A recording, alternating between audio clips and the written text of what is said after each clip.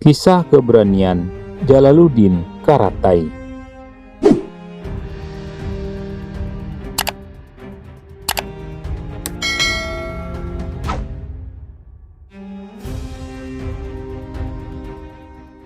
Pada abad 13 Masehi, Mongolia merupakan momok yang sangat menakutkan.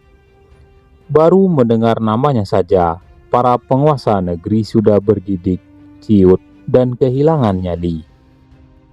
Negeri demi negeri ditaklukkannya, dijarah, dan dikuasai sepenuhnya. Tak terkecuali negeri kaum muslimin pun diluluh lantahkannya.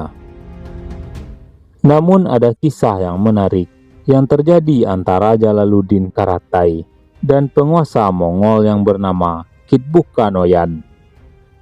Saat itu pasukan raksasa Mongolia hendak menaklukkan Konya, ibu kota Kesultanan Seljuk. Sepeninggal wafatnya Sultan Alauddin Kaikubad, Seljuk kian lemah karena sang putra Sultan Ghiyasettin kurang cakap dalam memimpin negara. Sementara itu Mongol di bawah pimpinan Kitbuka Noyan kian nekat untuk merebut ibu kota. Inilah panggung pembuktian keyakinan, keteguhan iman, dan keberanian menghadapi kenyataan. Jalaluddin Karatai sebagai wali kota Konya berkali-kali mengingatkan Sultan agar lebih waspada, lebih siap, dan membuka hati mendengar nasihat para ulama, sesepuh, dan ahli strategi militer. Tetapi sang Sultan tetap dengan pendiriannya. Maka benar saja kaum muslimin kalah telak dalam pertempuran di luar kota yang dipimpin Sultan sebagai panglimanya. Sultan menyelamatkan diri, lari dari kenyataan.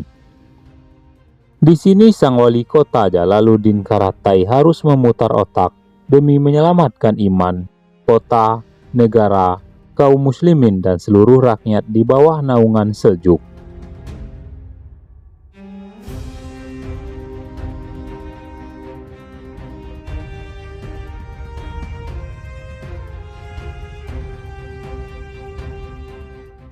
Pada pertempuran kedua di batas kota, yang jika kaum muslimin kalah, maka Mongol pasti menjarah kota, merampas harta, membunuh wanita, anak-anak, dan orang tua. Dua kekuatan sudah saling berhadapan, dan menurut hitungan manusia, sangat kecil kemungkinan kaum muslimin dapat menyelamatkan Konya. Pada saat genting inilah Jalaluddin Karatai mengambil langkah berani. Dengan kudanya ia menyongsong barisan raksasa tentara Mongolia seorang diri, dan ia langsung berhadapan dengan Kitbuka Noyan. Melihat ada tentara musuh mendekat ke arahnya, pimpinan Mongol itu kaget dan bertanya, "Keberanian macam apa yang membuatmu datang ke sini? Dan apa yang engkau andalkan?" Dengan percaya diri Karatai menjawab, "Aku ingin melihatmu sebelum mati, dan tak ada yang kuandalkan selain Allah dan juga rakyatku." Usai percakapan ini, Karatai kembali bergabung dengan kaum muslimin, dan tentara Mongol tidak menyakitinya. Dan tak berapa lama, Kitbuka Noyan berkata kepada para panglimanya, "Kita tidak jadi menyerang Konya, karena mereka merindukan kematian." Maka pertempuran itu gagal terjadi, dan kaum muslimin terbebas dari kekalahan.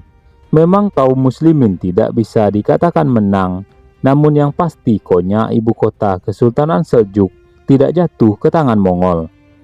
Nyawa kaum muslimin dan rakyat dapat diselamatkan. Dan pertolongan itu datang dari keyakinan kepada Allah Subhanahu wa Ta'ala.